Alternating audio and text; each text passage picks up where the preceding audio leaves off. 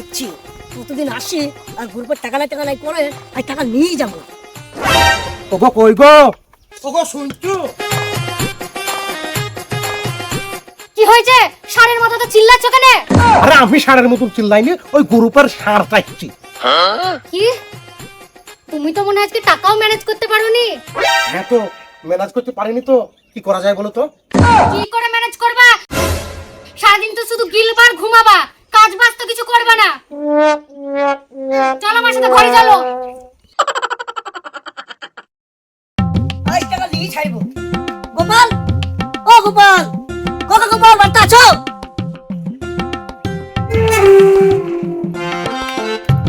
আসো।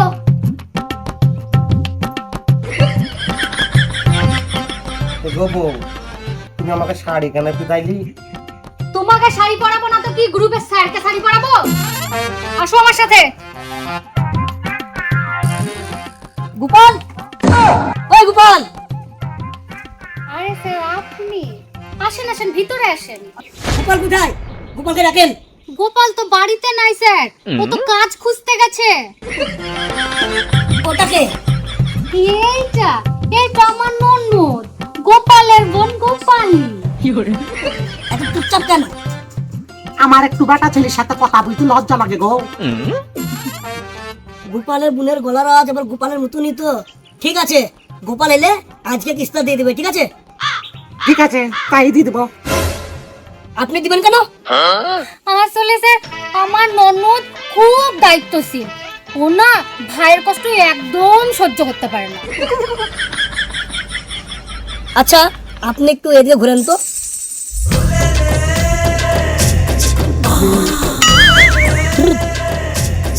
আপনি তো মেয়ে, আপনার মুখে মুচ কেন? আসলে স্যার এইটা না আমাদের শ্বশুর বাড়ির বংশ পরম্পরা। আমার স্বামীরও যেমন মুচ আছে, আমার ননদেরও মুচ আছে। আপনার শাশুড়ি? ও মা, আমার শাশুড়ি এই বড় মুচ আছে, আর আমার শ্বশুরের থাক থাক থাক, জানি না আর কার কোথায় কোথায় মুচ আছে। রে পাটা বলি কোথাকার দেখাবো, আর কত কত মুচ আছে। আপনি কিছু বললেন? আরে না না স্যার, আমার ননদের একটু মাথার সমস্যা আছে তো, তার লেগে মনে মনে কথা বলে। সে ঠিক আছে, আপনারা এখানে কি করছেন? স্যারকে সাজান। গিয়েছিলাম তো স্যার, কিন্তু আমার স্বামীর মুখ দেখে না লাইনি তাড়ি দিছে।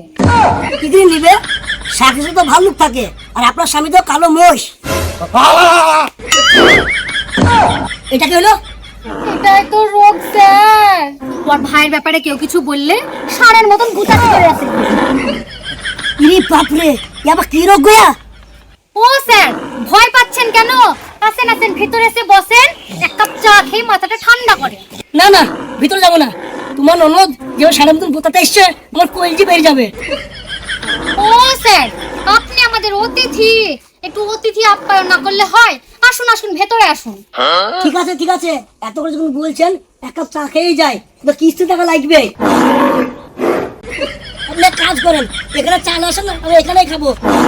ঠিক আছে স্যার, আপনি তাহলে মাচায় গিয়ে বসুন, আমি আপনার জন্য চা নিয়ে আসছি।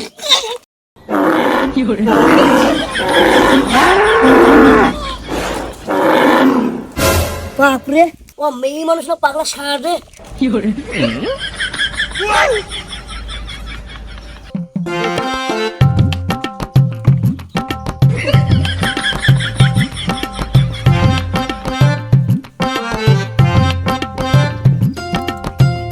এই নিন স্যার চা খান।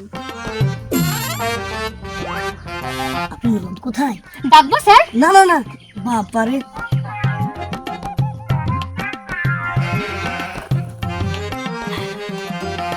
আপনি তো খুব ভালো চা করেন। সত্যি স্যার? আপনাকে একটা কথা বলবো? হ্যাঁ বলুন। আমি ভাবছিলাম স্যার আপনাকে একটা চায়ের লোন দেব। চায়ের লোন মানে? ওই তো স্যার, আপনি রোজ আমার হাতে এসে গরম গরম এক কাপ করে চা খেয়ে যাবেন, মাসের শেষে ওই 30 কাপ হয়। হ্যাঁ তো? তাহলে স্যার হিসাব বরাবর। হ্যাঁ, না না, মাথা খারাপ। আপনার ওই চায়ের লোনের ফাঁদে আমি পাতবো না, একদমই না। শোনেন, আমি কিস্তি টাকা নিতে এসেছি, আমি কিস্তি টাকা নিয়ে বাড়ি যাবো। ও কিস্তি টাকা নেবেন? দাঁড়ান।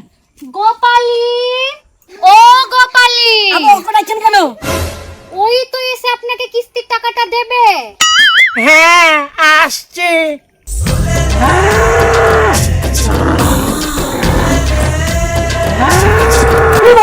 ওখানে ডাকলেন কেন? ওই তো আপনাকে টাকা দেবে স্যার, টাকা নেবেন না? না না, পুরানো বেশি দেখলে ওই টাকা আমি পরে আদায় করে নেবো। আরে নামনি, টাকা লই যা। কেমন লাগলো আমার আইডিয়াটা? তাই তো গো, আগে জানলি শাড়ি পিঠে থাকতাম, কোনো সপ্তাহতেই টাকা দিতে হতো না ওকে। আমার মনে হয় স্যার তো আর আসবেনই না, আসলেও সেখানে 1 মাস পর। চলো এবার যেদিনে আসবি আগে বলবো আমাকে, হ্যাঁ? আমি এইভাবে শাড়ি পিঠে বসে থাকবো, ঠিক আছে? চলো ঘরে চলো। দেখেছো তো, সব সময় নিজের বুদ্ধিতে চললে হয় না, কখনো কখনো বউকে অবহেলা না করে বউয়ের বুদ্ধিতেও চলতে হয়। ঠিক বলেছো তুমি, এবার থেকে তোমার বেশি বুদ্ধি লিব আর আমার কম থাকবে, হ্যাঁ? বাবা বাবা চলো।